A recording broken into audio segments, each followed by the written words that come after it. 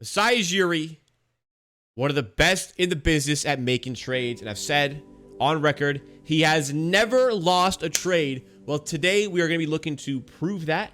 We're going to be going through every single trade the Raptors have made since Masai Ujiri has joined the team and see if he truly has never lost any of them.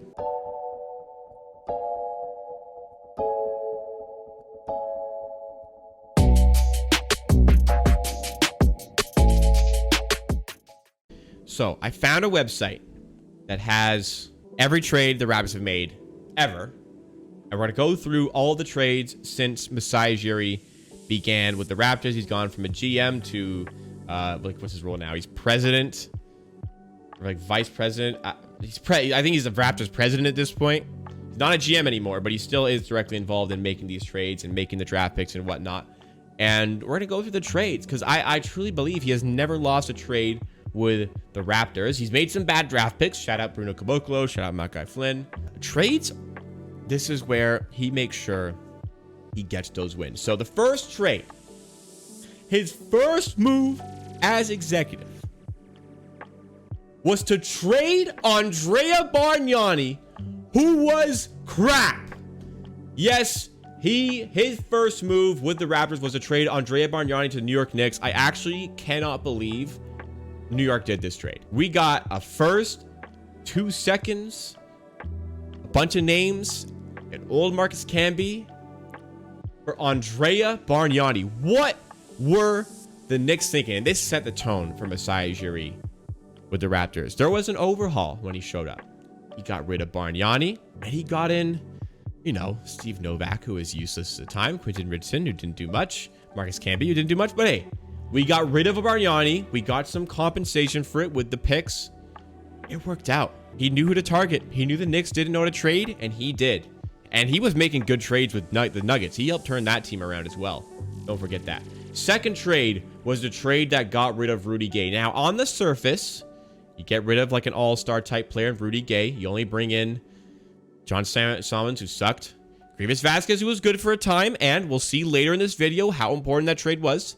Patrick Patterson, who gave like a lot of good years to the Raptors, and Chuck Hayes, who was kind of useless, but a fun player, one of my favorite players, just because of his chunky stature. But that trade completely revolutionized the Raptors. That was the starting point of the We the North era, because we got rid of Rudy Gay, and the team completely 180'd because they started playing team basketball. They didn't play everything through Rudy Gay, and that was what Masai Ujiri was building. That was just the beginning. This one is kind of a nothing trade. Nando De Colo, who technically is still on contract with the Raptors. They don't pay him anything, but they have his rights if he does come back to the NBA, which is never going to happen. This is a nothing trade. This one, again, another nothing trade. We just get cash considerations. We're trying to free up some cap space. Now, this is another big one. So with this Bargnani trade, when we get... with this Rudy Gay trade, we get John Salmons. We end up flipping him for Baby Nogueira, who, not good. But we also get Lou Williams. Lou Williams, who won 6th Man of the Year with the Raptors in his year there. What a trade. What a trade. This guy's a scrub. What a trade to make that happen. We move on up here. This is a bit of a nothing trade as well. Both these players really... I don't think this guy ever played in the NBA. Novak was washed at this point, was offering nothing. This is a bit of a nothing trade where it's just...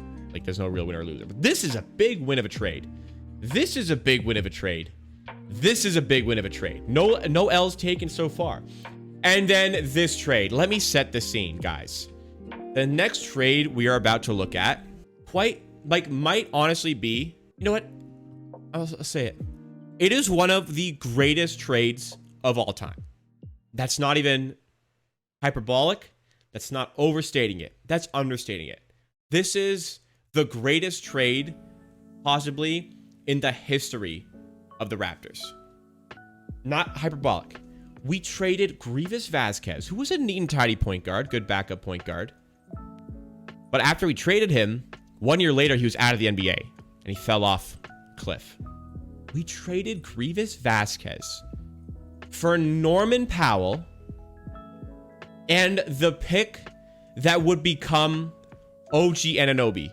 We traded a player who was out of the league in a year, for Norman Powell, who we turned into Gary Trent Jr., and we're going to get to that trade, and OG Anunoby.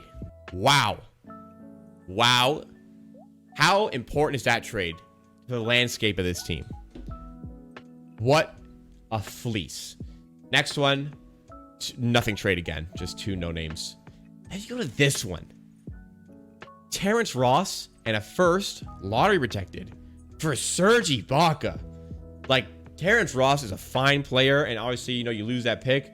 But Serge Ibaka, the importance he had on the franchise, the importance he had on the city, the importance in him helping us win an NBA championship, that is a huge win of a trade as well. You go to this one, you trade Jared Sullinger 2 seconds for PJ Tucker. The idea around this trade was PJ Tucker was the LeBron stopper because of LeBronto, and he kept killing us in the playoffs. Well, that didn't happen, but you didn't really give up much to make that trade happen. I wouldn't necessarily, this isn't a win. I wouldn't necessarily call this a loss. PJ Tucker is a good player.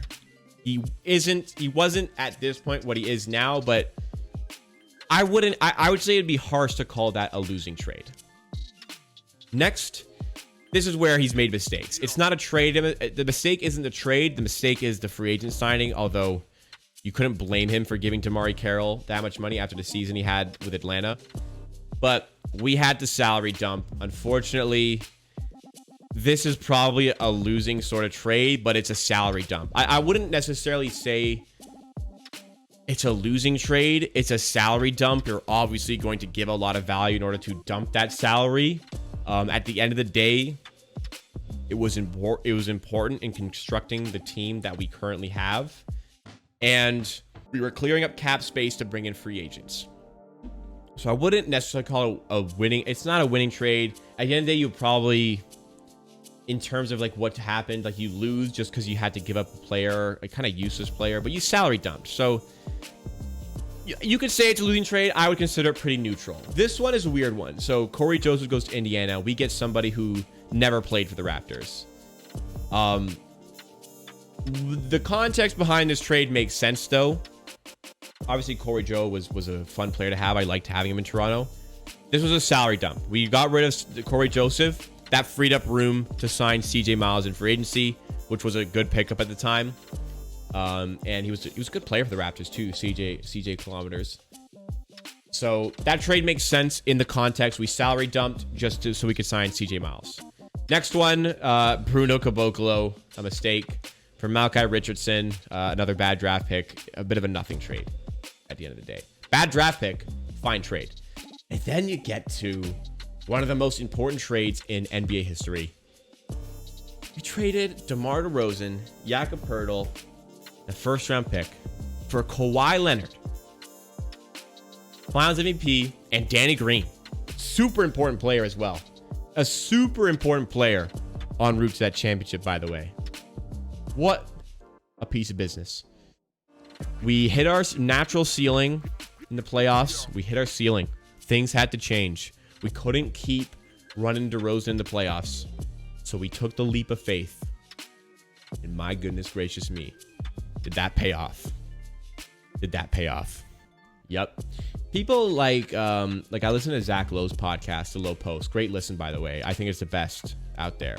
But Zach Lowe says that this Toronto trade was an absolute no-brainer, no risk. There was no risk associated with this trade. It was such an easy decision.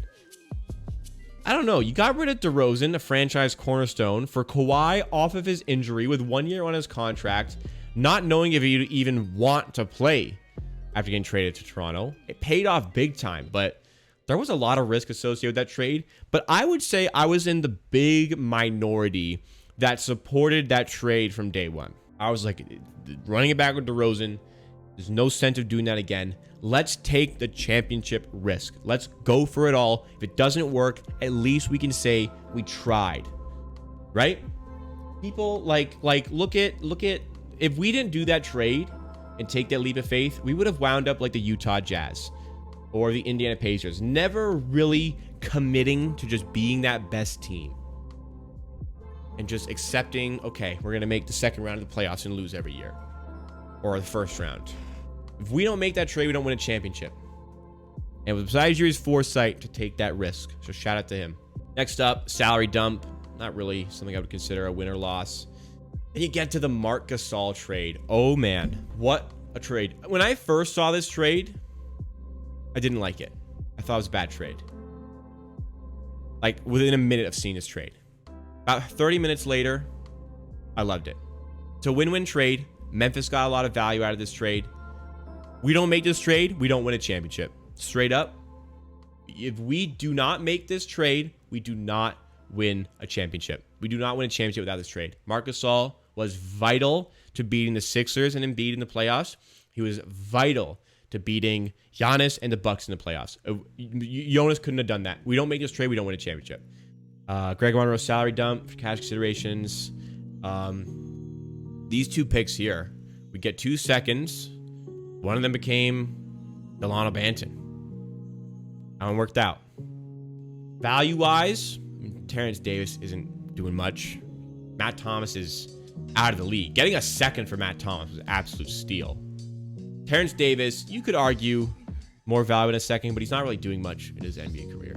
Norman Powell, this is the big one again. We get Gary Trent Jr. fleece job. Absolute fleece job again by Masai Ujiri. Norman Powell gets traded for like fucking peanuts and pretzels from the Trailblazers. Gary Trent doing his thing, developing here.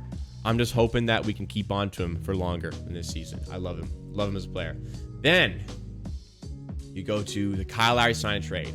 Now, this is where it can get a bit testy. Sign and trades, typically the team signing and trading a player, they don't win the trade because you're signing and trading a guy.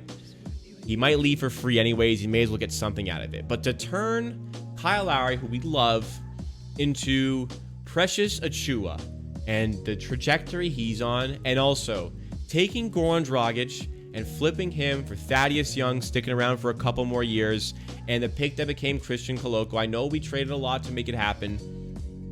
That's definitely not losing. We definitely did not lose this trade. We definitely did not lose this trade either. I'd say this might be a winning trade. I love Kyle Lowry. That's like my favorite player ever. But so far, Raptors in the driver's seat for that trade. And it's the most recent one. Didn't lose that. I'm fine with this trade. I came around on it. I thought it was a bad trade originally. But I said at the time. I said right when it happened, I don't like this trade at all. But Masai Ujiri doesn't lose trades. He does not lose trades. So I'll reevaluate this at a later date. Masai Ujiri doesn't lose trades, and here I am reevaluating it. That ain't no loss either. So there you have it. Every trade made by the Raptors in the Masai Ujiri era, you can't convince me we lost any of those trades. Unless it was like a salary dump, which I mean, you know, the salary dump is worth it. So it's not a losing trade. We are very lucky, Toronto, to have this guy here. We are very, very lucky. And videos like this, I hope, help you appreciate that. So thanks for watching this one. Be sure to like, comment, subscribe for more clips just like this. Hang out with us live on Twitch as well at twitch.tv/amateursports. We do stuff like this every Tuesday, Thursday, and Sunday at 7:30 p.m. Eastern time. See you at the next one. See you at the next video. Peace out.